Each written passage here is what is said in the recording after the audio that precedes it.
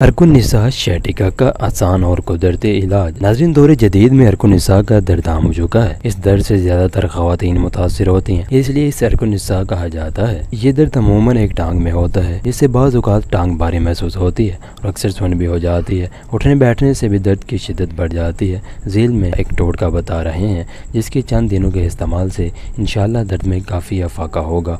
नाज़रीन, इस नुस्खे को बनाने के लिए दर्ज झेल चीज़ें दरकार हैं, वो नोट कर लें। नंबर 1, रंजान शीरी 50 ग्राम, एलोवा 50 ग्राम। एलोवा दरअसल सूखा हुआ एलोवेरा होता है जो बाज़ार से बआसानी मिल जाता है। एलोवेरा जेल ताज़ा बनाने का तरीका क्या है? तमाम अज्जा को हम वज़न पीस कर पाउडर बना लें। एलोवेरा के गूदे में इस पाउडर को अच्छी तरह मिक्स करके चने की दाल के बराबर गोलियां बना लें। इस्तेमाल का तरीका, रोज़ाना सुबह शाम एक गोली खाएं। 14 दिनों के मुसलसल इस्तेमाल से नाकाबिल यकीन नताइज देकर दंग रह जाएंगे। परहेज़, नाज़रीन, चावल, दही और खट्टी चीज़ों से इस दौरान बिल्कुल ना खाएं।